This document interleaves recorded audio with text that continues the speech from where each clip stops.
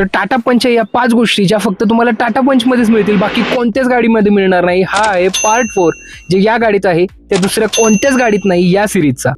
तर पहिलं म्हणजे टाटा पंचची ग्लोबल 5 स्टार एनकॅप रेटिंग आणि याचा अल्फा प्लॅटफॉर्म.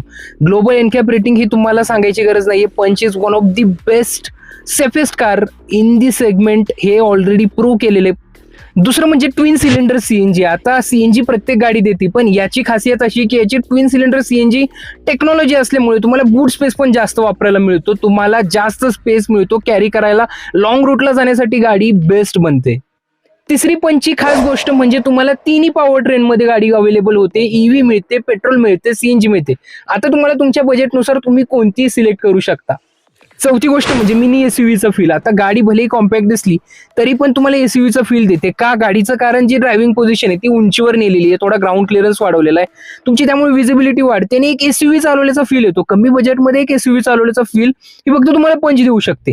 पाचवी गोष्ट जी खरंच खूप महत्वाची, रिसेंटली 2026 मध्ये जे नवीन फेसलिफ्ट आलं त्या फेसलिफ्टमध्ये यांनी टर्बोचार्ज पेट्रोल इंजिन काढलं, जे ऍक्च्युली सेम पॉवर आणि टॉर्क नेक्सॉन इतकं जनरेट करते. जर तुमचं बजेट नेक्सॉन घेण्याचं नाहीये पण तुम्हाला एक चालवण्याची मजा पाहिजे तर ते लोक ऍक्च्युली ह्याचं टर्बोचार्ज पेट्रोल इंजिन घेऊ शकतात, जे जवळपास सेम आहे नेक्सॉन सारखं. आणि ही गोष्ट ऍक्च्युली युनिक बनवते. तुम्हाला मिनी एसयूव्ही प्लस तुम्हाला टर्बोचार्ज एक ऑप्शन मिळून जातो.